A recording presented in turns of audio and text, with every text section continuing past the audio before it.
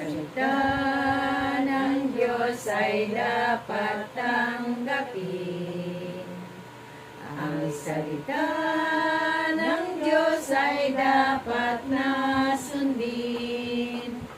Sa puso't isip, sana'y laging kamtin. Pagkatulong siya sa ating pasanin. Sa pagtahak dito sa mundo, maraming pagsubok ang matatamo.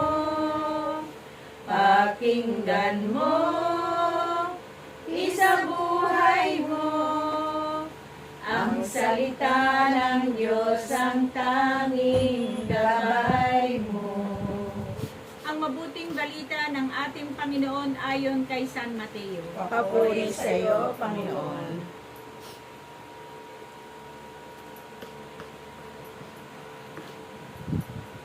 Sa pananalangin ninyo'y huwag kayong gagamit ng maraming salitang walang kabuluhan, gaya ng ginagawa ng mga hintil. Ang akala nila ay pakikinggan sila ng Diyos dahil sa haba ng kanilang sinasabi. Huwag ninyo silang tutularan. Alam na ng inyong Ama na nasa langit ang inyong kailangan bago pa ninyo ito hingin sa Kanya. Ganito kayo manalangin. Ama naming nasa langit, sambahin nawa ang iyong pangalan. Naway maghari ka sa amin.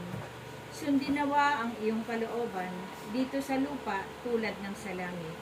Bigyan mo kami ngayon ng aming pagkain sa araw-araw at patawarin mo kami sa aming mga kasalanan tulad ng pagpapatawad namin sa mga nagkakasala sa amin. At huwag mo kaming hayaang matukso, kundi iligtas mo kami sa masama.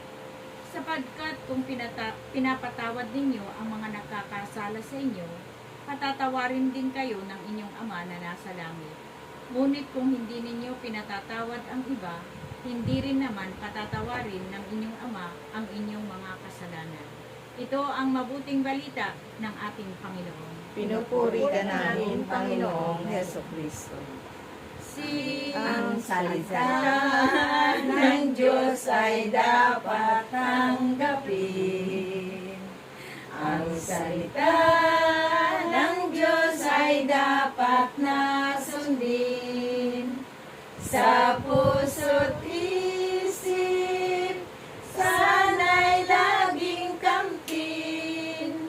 Pagkatulong siya sa ating pasanin. Sa pagtahak dito sa mundo, maraming pagsubok ang matatamo.